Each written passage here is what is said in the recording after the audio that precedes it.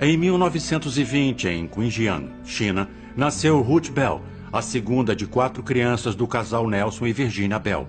4 anos antes, o casal havia deixado os Estados Unidos para trabalhar na China como missionários médicos. Dr. Bell era o cirurgião-chefe e diretor de um grande hospital da missão presbiteriana, a 240 quilômetros a oeste de Xangai.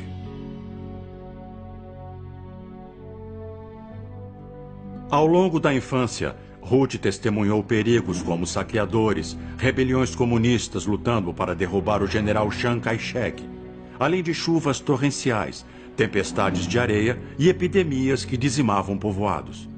Porém, a China era seu lar, e tais dificuldades serviram para fortalecer seu caráter e plantar em seu coração as sementes de sua vocação missionária. Naquele tempo, os habitantes de Charlotte, na Carolina do Norte, eram conhecidos por sua religiosidade e evangelistas itinerantes visitavam a cidade para pregar.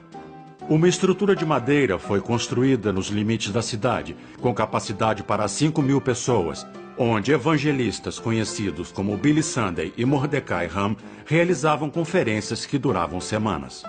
Quando Mordecai Ham chegou a Charlotte, Billy relutou em comparecer. Ele disse: "Tudo que li ou ouvi sobre ele só me trouxe sentimentos de repulsa. Parece mais um circo religioso." Só depois que seu amigo Albert McMakin convidou a ele seus amigos Grady e T.W. Wilson para ouvir Ham, foi que Billy mostrou algum interesse pelo evento. Billy sentiu-se tocado com o relato de Ham sobre pecado e desobediência e sentiu como se Ham falasse diretamente a ele. Billy convenceu-se de seu pecado, então na hora do apelo ele foi à frente e aceitou a Cristo. Grady Wilson também aceitou, e dali em diante suas vidas estariam interligadas. A transformação que houve em Billy naquele evento parece ter trazido o propósito e a direção que faltavam em sua vida. I went up to my room, not realizing what had happened really. Didn't feel any different. And I remember kneeling down. It was a full moonlight night, and I looked out across the woods and the fields. And I said, "Lord, I don't know what's happened. I don't know what this means. But whatever it means, I would appreciate your help."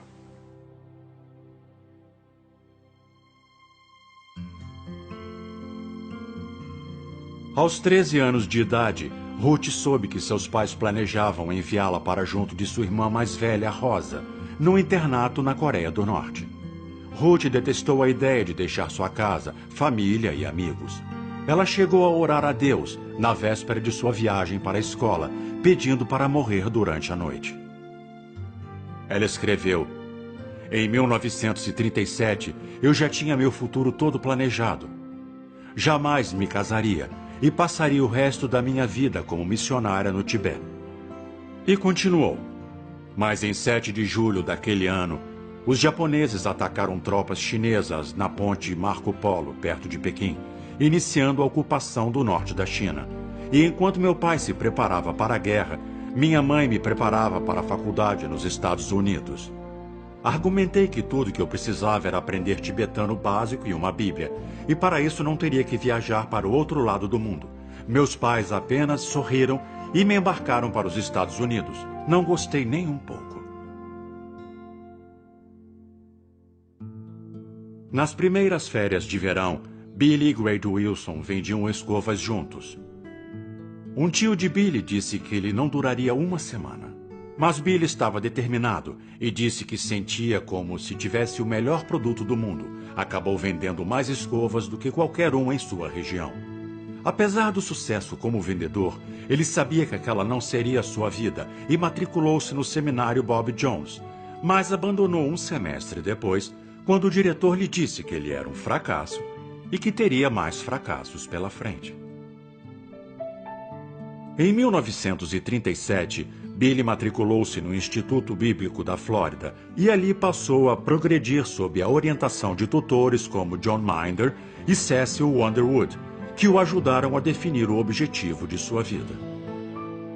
Ele começou a pregar para os troncos na margem do rio e apontava para eles como se fossem gente. Usava um dos troncos como se fosse um púlpito. E acho que as pessoas ao redor achavam ele um desequilibrado. Nunca tinham visto nada parecido. Ele só tinha 18 anos. Um ano depois, ele estava pregando para muita gente mesmo lá na Flórida. Eram 500 ou 1000 pessoas. Minha mãe e meu pai nem acreditavam. Eles decidiram viajar até lá na época do Natal para saber se era verdade o que diziam.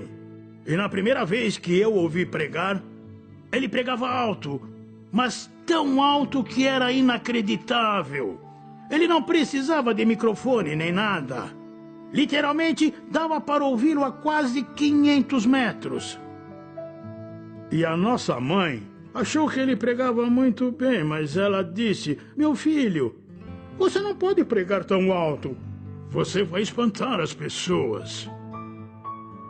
Enquanto cursava o seminário, ele foi ordenado pastor na Igreja Batista Peniel, em 1939. Ao se formar no Instituto Bíblico da Flórida aos 21 anos, ele foi diretamente para a Faculdade Wheaton, em Chicago, onde uma linda jovem fisgou seu coração e assim o manteve pelo resto de sua vida.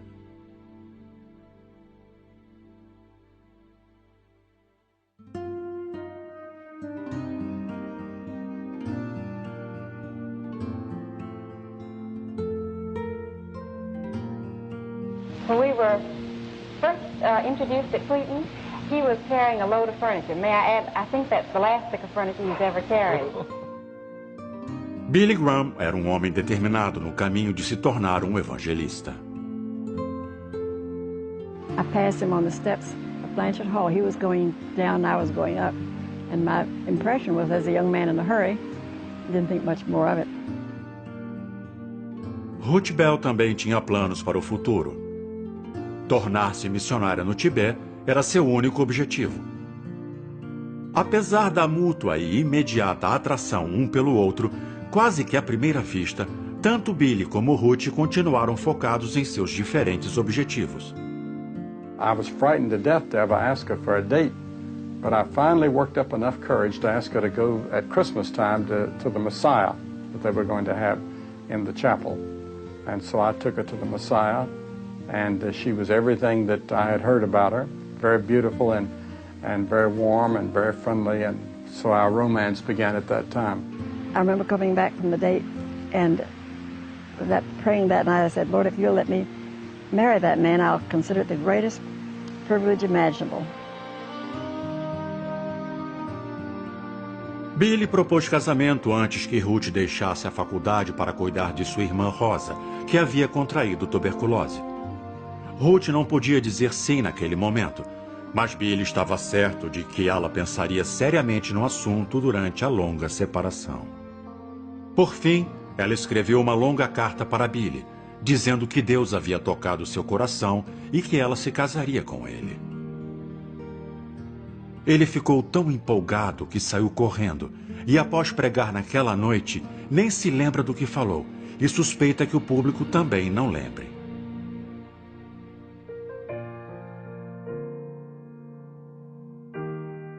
Após a formatura em Wheaton, eles casaram-se em 13 de agosto de 1943 em Montreat, Carolina do Norte, onde os pais de Ruth foram morar após deixar a China, antes dos comunistas assumirem o poder. Logo após o casamento, Billy assumiu seu primeiro e único pastorado na Igreja Batista de Western Springs, Illinois, nos arredores de Chicago. A igreja tinha 35 membros e só teve recursos para construir o subsolo do que eles esperavam um dia ser o prédio completo da igreja.